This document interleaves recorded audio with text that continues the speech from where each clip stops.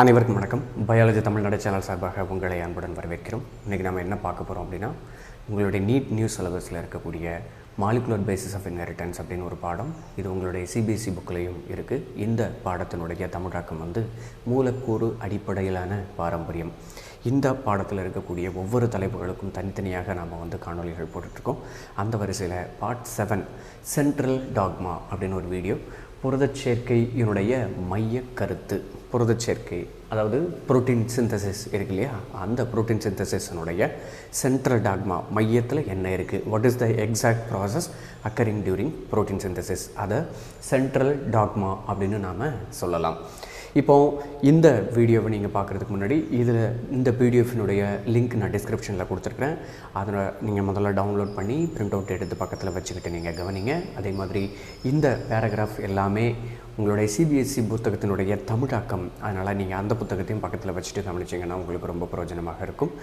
டிஎன்ஏவினுடைய இரட்டை சுருள் அமைப்பை கண்டுபிடிப்பதற்கு பின், அதாவது டபுள் ஹெலிக்ஸ் மாடல் இருக்கு இல்லையா, அதை கண்டுபிடிச்சதுக்கப்புறம் அது ஜெனட்டிக்ஸில் பார்த்திங்கன்னா ஏகப்பட்ட விஷயங்களை புதுசாக கண்டுபிடிக்கிறதுக்கு நமக்கு உதவி செஞ்சிச்சான். இப்போது அதை தான் உங்களுடைய சிபிஎஸ்சி புக்கில் ஸ்டார்ட் பண்ணியிருக்காங்க. த ப்ரொபோசிஷன்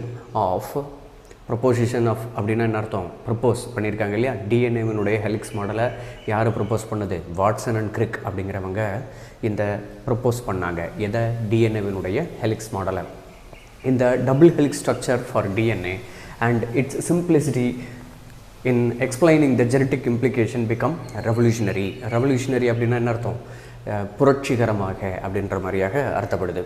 ரெவல்யூஷனரி அப்படின்னா புரட்சிகரம்னா என்ன அர்த்தம், இமிடியேட் சேஞ்ச், அதுதான் புரட்சிகரம். இப்போ ஒரு பெரிய ஆட்சியில் யாராவது இருக்காங்க அப்படின்னாக்கா, அந்த ஆட்சி யாருக்காவது பிடிக்கல அப்படின்னாக்கா, ஊர் மக்கள், அந்த நாட்டு மக்கள் எல்லாமே சேர்ந்து அப்படியே பயங்கரமாக போராட்டம்லாம் பண்ணி அங்கே மேலே இருக்கக்கூடிய அரசரோ அல்லது அங்கே மேலே இருக்கக்கூடிய ஆட்சி அதிகாரத்தில் இருக்கிறவங்கள அப்படியே மொத்தமாக மாற்றுறது, அல்லது வேறு ஒரு தலைவர் அந்த இடத்துல உட்கார வைக்கிறது. இதுதான் புரட்சி அப்படின்னு சொல்லி நாம் சொல்லுவோம்.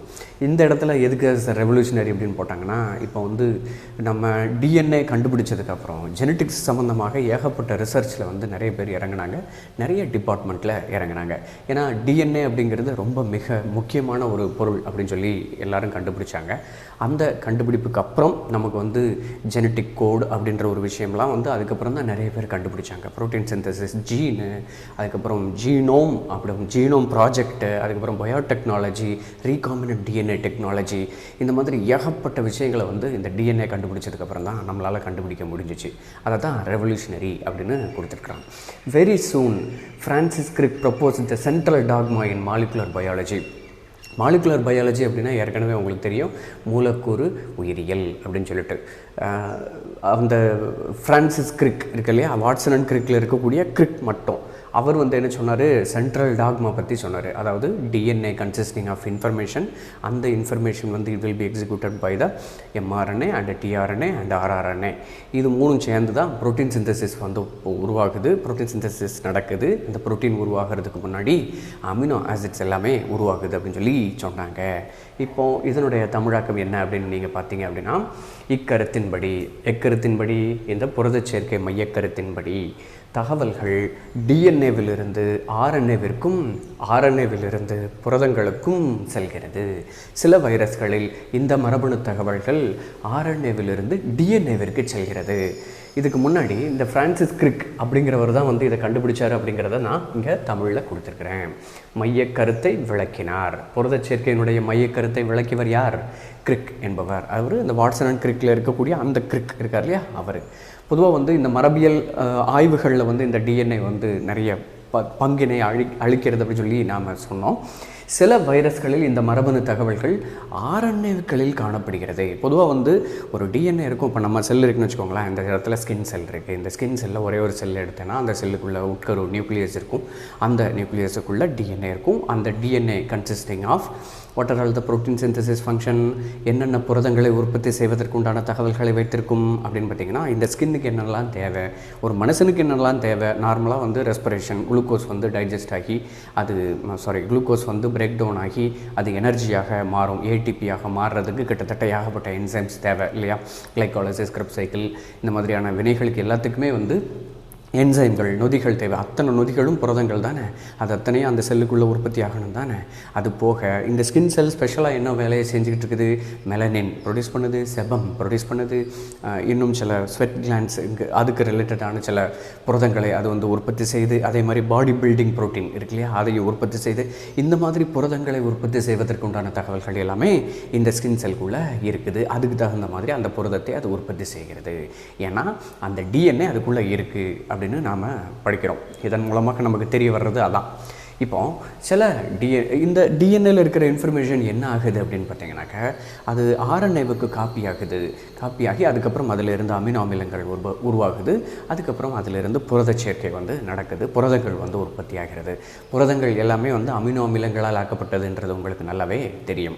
Proteins are made up of amino acids. Those amino acids are originated and it has been synthesized by the tRNA and rRNA as per the instruction of mRNA. mRNA is the copy of the DNA.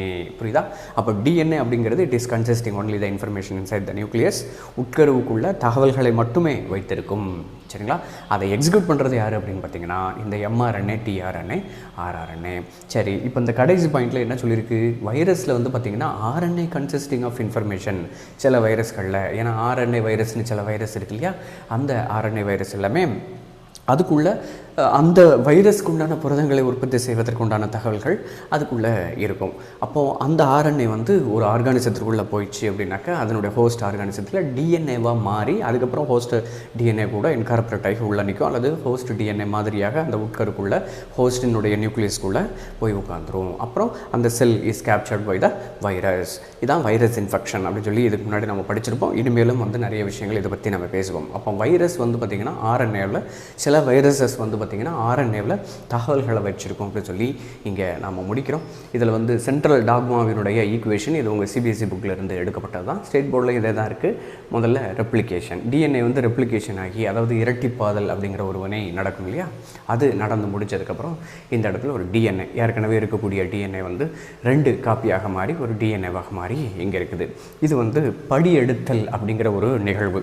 இப்போ தான் கொஞ்ச நேரத்துக்கு முன்னாடி சொன்னேன், டிஎன்ஏல information தான் இருக்கும், அது எம்ஆர்என்ஏவாக copy ஆகும் அப்படின்னு சொல்லி, அந்த எம்ஆர்என்ஏவாக காப்பி ஆகும் அப்படின்னு சொல்லிட்டால அந்த காப்பிக்கு தமிழாக்கம் படி எடுத்தல்னு சொல்கிறாங்க. ஸோ டிரான்ஸ்கிரிப்ஷன் அப்படிங்கிறது வந்து படி எடுத்தல் அப்படிங்கிற ஒரு நிகழ்வின் மூலமாக இந்த டிஎன்ஏவானது எம்ஆர்என்ஏவாக மாற்றப்படுகிறது. இந்த எம்ஆர்என்ஏ வந்து டிரான்ஸ்லேஷன் அப்படிங்கிறது 2 விதமான மொழிபெயர்ப்பு உங்களுக்கு கொடுத்துருக்காங்க. டிரான்ஸ்லேஷன் அப்படின்னாவே வந்து மொழிபெயர்ப்பு தான். அதை வந்து தகவல் பெயர்வு, டிஎன்ஏ தகவல் பெயர்வு அப்படின்னும் நாம் இதை மொழிபெயர்க்கலாம். ஸோ அதன் மூலமாக புரோட்டீன் வந்து அந்த இடத்துல சிந்தசிஸ் ஆகுது. இந்த புரோட்டீன் சிந்தசிஸ் ஆகிறதுக்கு முன்னாடி, புரதங்கள் வந்து உருவாகிறதுக்கு முன்னாடி முதல்ல அமினோ அமிலங்கள் வந்து உருவாகும். அந்த அமினோ அமிலங்கள் இணைந்து பெப்டைடு பிணைப்பு, பெப்டைடு பாண்ட் இருக்கு இல்லையா, அதன் மூலமாக இணைக்கப்பட்டு கடைசியாக புரதங்கள் வந்து உருவாகுது. ஸோ இந்த மைய கருத்து அப்படிங்கிற ஒரு விஷயத்தை முதல்ல கிரிக் அப்படிங்கிறவர் தான் வந்து டிஎன்ஏ கண்டுபிடிச்சதுக்கப்புறம் சொல்கிறாரு. ஸோ இப்போ சென்ட்ரல் டாக்மா அப்படிங்கிற ஒரு விஷயம் உங்களுக்கு நல்லா புரிஞ்சிருக்கும் அப்படின்னு நான் நம்புகிறேன். மேலும் பல தகவல்களை தெரிந்து கொள்வதற்கு பயாலஜி தமிழ் சேனல் சப்ஸ்கிரைப் பண்ணுங்கள். நன்றி, வணக்கம். பலருக்கு சேவை செஞ்ச நீயும் ஒரு ஹீரோடா, ஒரு கைப்பிடி சோறானாலும் ஷேர் செஞ்சு பாருடா.